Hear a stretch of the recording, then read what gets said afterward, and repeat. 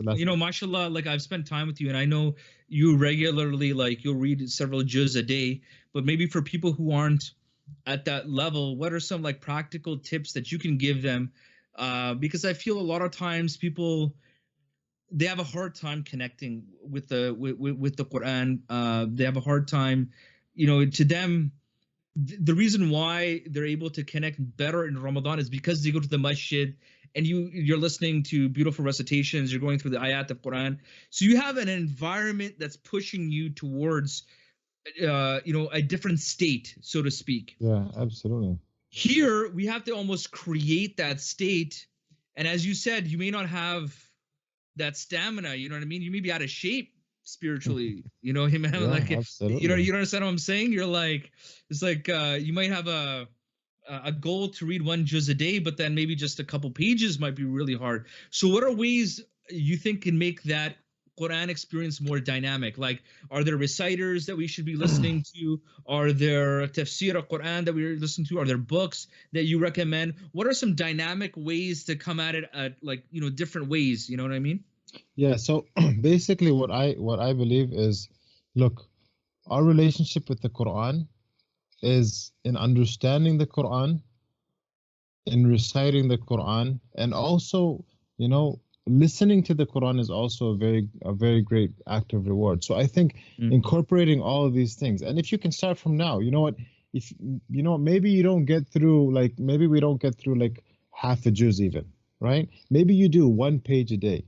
You find a qari that you like, and just the search of that qari that you like is going to be beautiful, right? Who's your favorite qari? You know what? I really like Mahir al-Mu'ayqili, right? Yes, mashallah. Classic. And Classic. yeah, classic, exactly, right? And yeah, and he's good. Sheikh Bandar Balila, right? Lately, Sheikh, I've been like really affected by Ibrahim Jibrin. Subhanallah. Have you heard Ibrahim Jibrin? I haven't. No, I haven't. Oh, you got it. There's some beautiful recitations you can see on YouTube of Ibrahim Jibrin. Because the Mu'ayqali, yes. Like I was prior to that, I was in Mu'ayqali like a phase, right?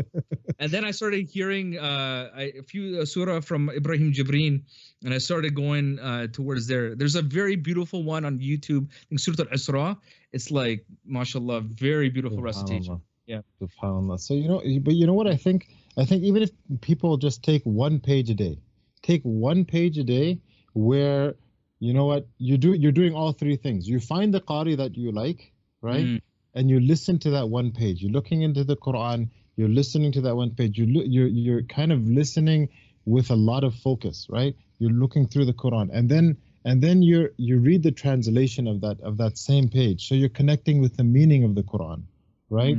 And then after that, you're actually reciting that 1 page yourself, and see how powerful it is, right? Yes. And if you can do that, now 1 page, and you slowly build up to 2 pages and so on in Ramadan, even if you're not going to the masjid, man, you're still able to connect with the Quran. So so sometimes we have to kind of break through. When we were talking about someone's trying to read the Quran, and they don't feel the connection, and they stop after a few pages or whatever, right? Sometimes we got to break through that shell.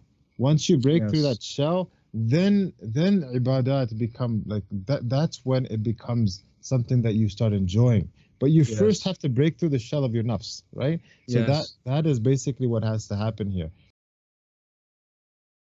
Do I feel that the New York police are providing enough protection, or do I have to have protection of my own? I look for protection from Allah.